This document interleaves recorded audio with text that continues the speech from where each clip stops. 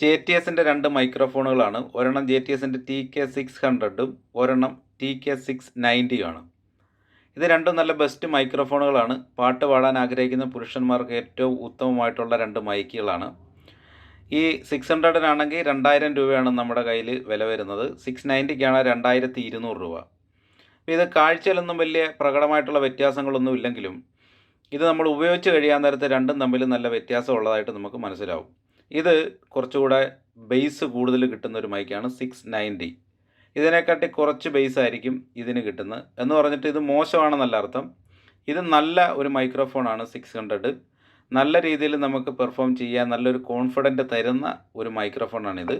കുറച്ചുകൂടെ ബേസ് വേണമെന്ന് ആഗ്രഹിക്കുന്നവർക്ക് 690 ചൂസ് ചെയ്യാവുന്നതാണ്. അപ്പോൾ ഇതിൻ്റെ വില ഞാൻ ഓൾറെഡി പറഞ്ഞു. ഇതിന് 2000 രൂപയും ഇതിന് 2200 രൂപയും.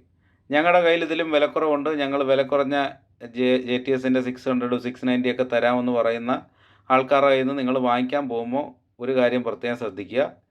600ൻ്റെ 690യുടെ ഒക്കെ ഇതുപോലത്തെ കോപ്പി സാധനങ്ങളുണ്ട്. ഇതിനെക്കുറിച്ച് ഓൾറെഡി ഞാൻ വീഡിയോ ചെയ്തിട്ടുണ്ട്. കണ്ടു കഴിഞ്ഞാൽ ഇവന്മാരെല്ലാം ഒരേപോലെ ഇരിക്കുമെങ്കിലും ഇതിൻ്റെ പെർഫോമൻസിൽ വലിയ വ്യത്യാസങ്ങളുണ്ട്.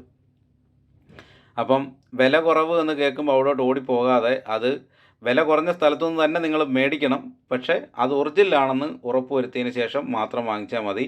കൂടുതൽ വില തന്ന് നമ്മുടെ കയ്യിൽ നിന്ന് വാങ്ങണമെന്ന് ഞാൻ ഒരാളെയും നിർബന്ധിക്കത്തില്ല.